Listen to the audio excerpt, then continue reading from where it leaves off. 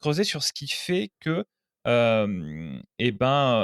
sur les raisons qui font qu'un entrepreneur va vouloir, Ouais, créer une association, plutôt que plutôt qu'une entreprise qui elle-même va quand même pouvoir avoir des valeurs et des objectifs, sociaux, solidaires, tout ça. Voilà, donc qu'est-ce qui va les pousser, ces entrepreneurs-là à faire ce choix-là? ouais.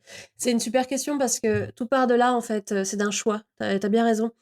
Généralement, c'est que, dans l'assopreneuriat, on va dire que la plupart des personnes qui se lancent dans l'assopreneuriat ont une cause à défendre. Une cause, en face de cette cause, il y a une souffrance ou un manquement, comme je disais tout à l'heure. Et en général, ces personnes-là, ce qu'elles veulent, elles sont drivées par le fait de résoudre le problème vécu ou vu, enlever cette souffrance ou atténuer la souffrance vécue ou vue chez les autres. Et ce n'est pas la propriété, ce n'est pas l'argent, ce n'est pas l'enrichissement qui motive en fait l'entrepreneuriat, c'est l'impact. Mais c'est très, très fort en fait, et donc ces personnes-là en général, elles se sont presque même pas demandé, si c'était une entreprise ou une asso qu'elles voulaient faire. Direct, elles sont parties sur l'asso, mais sans savoir qu'elles allaient pouvoir en vivre derrière, sans savoir que ça faisait partie de l'entrepreneuriat. Elles n'en savaient rien. Elles se sont juste dit: je vais aider, je vais faire quelque chose, mais je pourrais certainement pas le faire tout seul». Donc ces personnes-là vont vers le statut associatif parce que, on sait aussi de façon historique, on sait que c'est comme ça que l'on peut défendre des causes, avec d'autres personnes.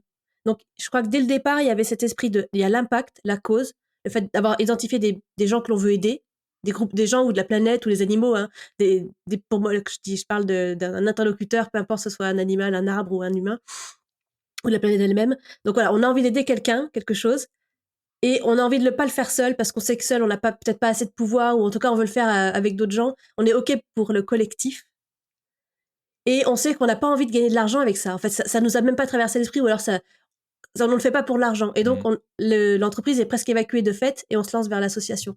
Mais ce que l'on ne sait pas, c'est que on peut en vivre, que ça peut être pérenne, que ça peut créer de l'emploi. Il y a plein de gens qui ne le savent pas au départ. Donc, ils se lancent avec cette envie d'impact, cette cause qu'ils portent et ces bénéficiaires qu'ils veulent aider, sans se dire sans réaliser qu'en fait, ils sont de vrais entrepreneurs. Et c'est là où l'assoprenariat, donc la contraction de entrepreneur et association, eh bien, a tout son sens et permet à ces personnes-là de se retrouver. Et souvent, ces personnes-là nous disent: «Mais assopreneur, c'est ce que je suis».